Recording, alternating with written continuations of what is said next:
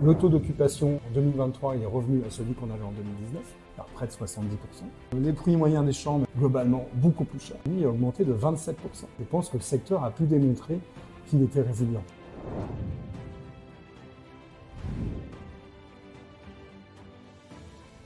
Bonjour à tous, aujourd'hui j'ai la chance de retrouver Lionel. Bonjour Lionel. Bonjour, merci de me recevoir. Eh bien je t'en prie, tu es du coup le directeur du développement chez Aestiam et on va parler en particulier de Cap Hébergimo. Alors en quelques mots, pourrais-tu nous présenter cette SCPI? Estiam Cap Hébergimo, c'est la SCPI qui est pionnière dans le domaine de l'hôtellerie. Donc nous sommes chez Estiam les premiers à s'être intéressés à cette thématique en 2014. Donc ça remonte. Et bien cette hôtellerie aujourd'hui, elle s'intéresse à tout ce qui est hôtellerie de business. Donc j'entends par là les séminaires, mais aussi ce qui est déplacement. Et puis également tout ce qui est hôtellerie de tourisme. Excellent. Et alors du coup peut-être pour revenir sur l'hôtellerie, alors tu parles de 2014, c'est a fait à la fois longtemps et pas longtemps, vous avez vécu à la fois les beaux jours de l'hôtellerie puis des moments plus difficiles avec le Covid. Je pense que beaucoup de nos auditeurs s'interrogent sur que donne l'hôtellerie en ce moment. On sait que ça a été très dur, ça a repris. C'est vrai qu'on a 10 ans d'expérience sur cette thématique-là. Et ça n'a échappé à personne qu'à partir de jusqu'en 2019, la France était toujours et est toujours la première destination touristique dans le monde, hein, en Europe, mais aussi dans le monde. Paris aussi est une destination touristique importante. Nous sommes un pôle culturel, donc ça a bien fonctionné. Et puis 2020, Catastrophe. Un stop global, général, le lockdown. Qu'est-ce qui s'est passé? Eh bien, évidemment, nous sommes arrivés, pour rentrer dans la technique, sur des taux de recouvrement de loyer pas bons. Hein. En clair, on avait des locataires qui n'avaient plus de revenus et qui n'étaient plus en mesure de payer les loyers. Et comme tout ça a baissé, eh bien, on a pu avoir des conversations extrêmement constructives avec nos locataires et retravailler avec eux sur le fait qu'aujourd'hui, eh bien, si on regarde les critères, il y a 3 choses à regarder. Il y a le taux d'occupation, ce qu'on appelle le revenu par chambre, le RevPAR dans notre jargon, et puis le prix moyen d'une chambre. Le taux d'occupation, il est revenu, donc en 2023, il est revenu à celui qu'on avait en 2019, à près de 70% au global en France.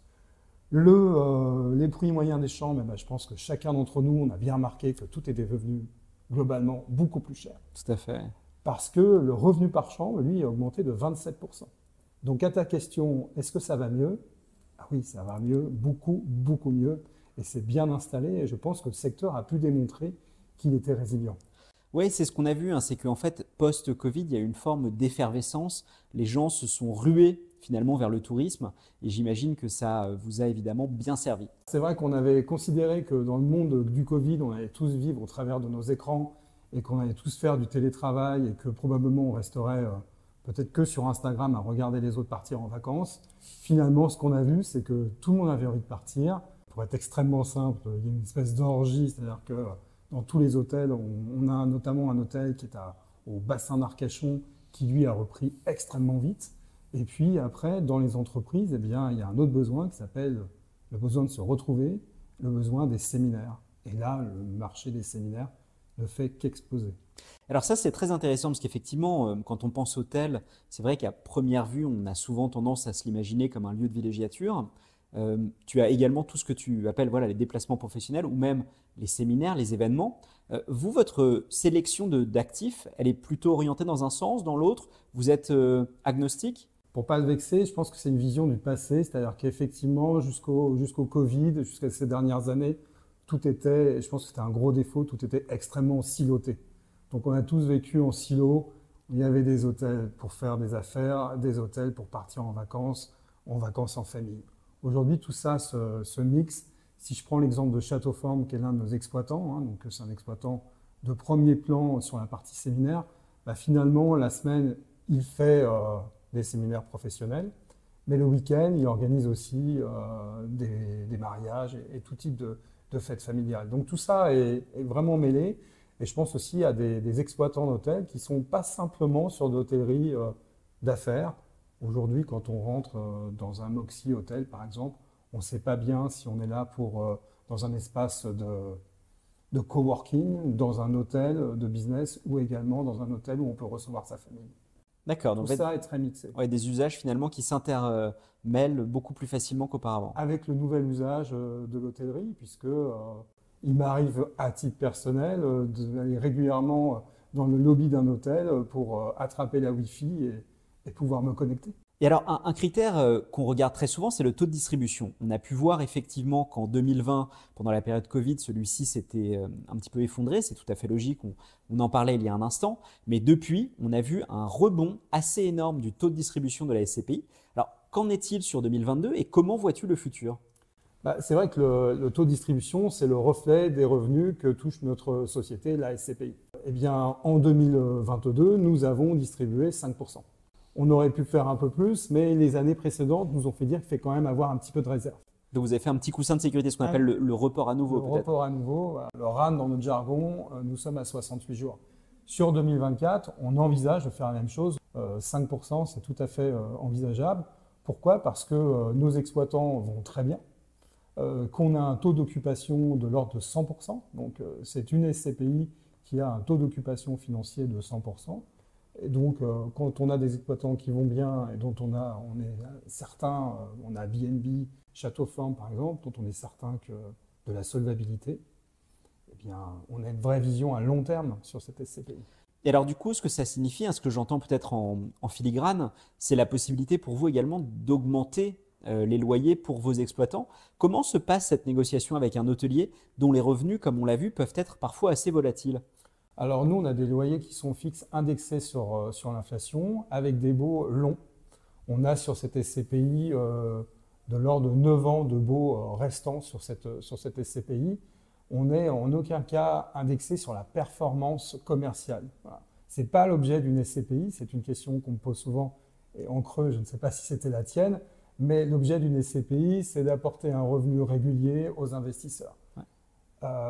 Nous, on a des baux qui sont indexés sur l'inflation. Donc, on n'aura probablement pas le même effet dans un sens ou dans l'autre d'ailleurs.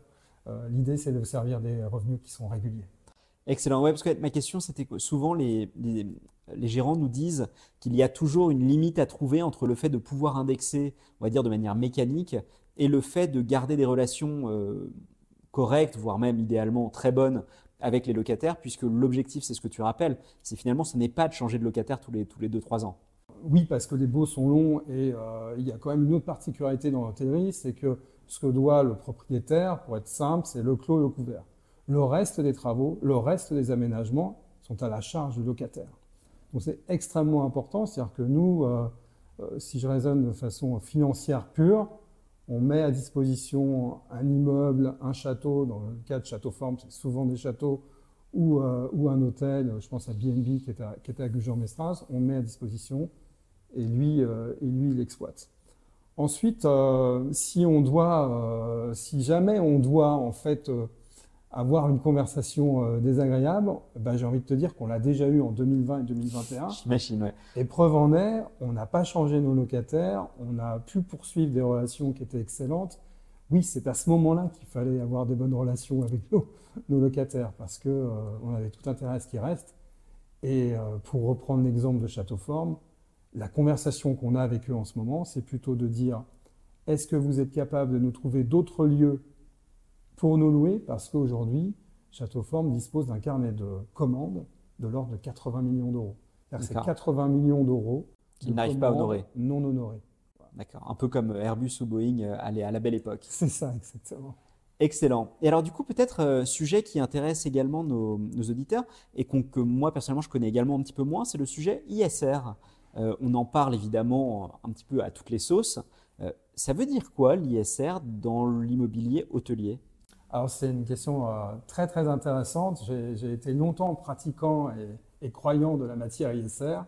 Dans notre SCPI Capillard-Jumeaux, elle a été assez facile à faire dans la mesure où on avait des exploitants qui étaient déjà bien investis dans la matière, dans tout ce qui est responsabilité sociétale et environnementale. Qu'est-ce que ça veut dire? Eh bien, d'abord, il faut quand même se rappeler que dans l'immobilier, l'ISR, c'est resté pendant longtemps quelque chose de totalement désuet. En tout cas, personne n'y touchait. On a pris un retard colossal sur la partie ISR. Pourquoi? Parce que le stock, c'est quand même ce qu'il y a de plus difficile. Finalement, quand on dispose d'un immeuble qui est mal isolé, dont on n'a pas les bonnes fenêtres, avec un mauvais système de chauffage, c'est quand même très très coûteux à mettre en place.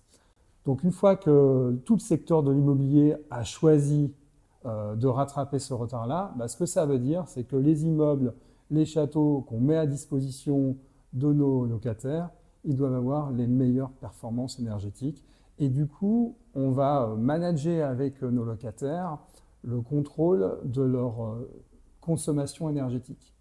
Jusqu'à présent, tu pouvais très bien louer un immeuble qui avait, et tu peux encore le faire jusqu'en 2030, on rappelle décret tertiaire, tu pouvais très bien louer un immeuble avec des mauvais critères énergétiques et te moquer de la consommation qui en était faite.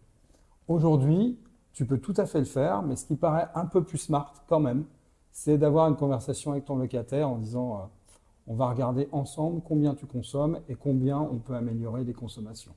Donc ce que ça veut dire, c'est on fait attention à tes fluides, et puis ensuite c'est toute une charte, c'est aussi beaucoup de promesses d'intention, le label ISR. Bien sûr, ouais. Mais des promesses d'intention qui sont quand même revues tous les ans et sanctionnées au bout de 3 ans.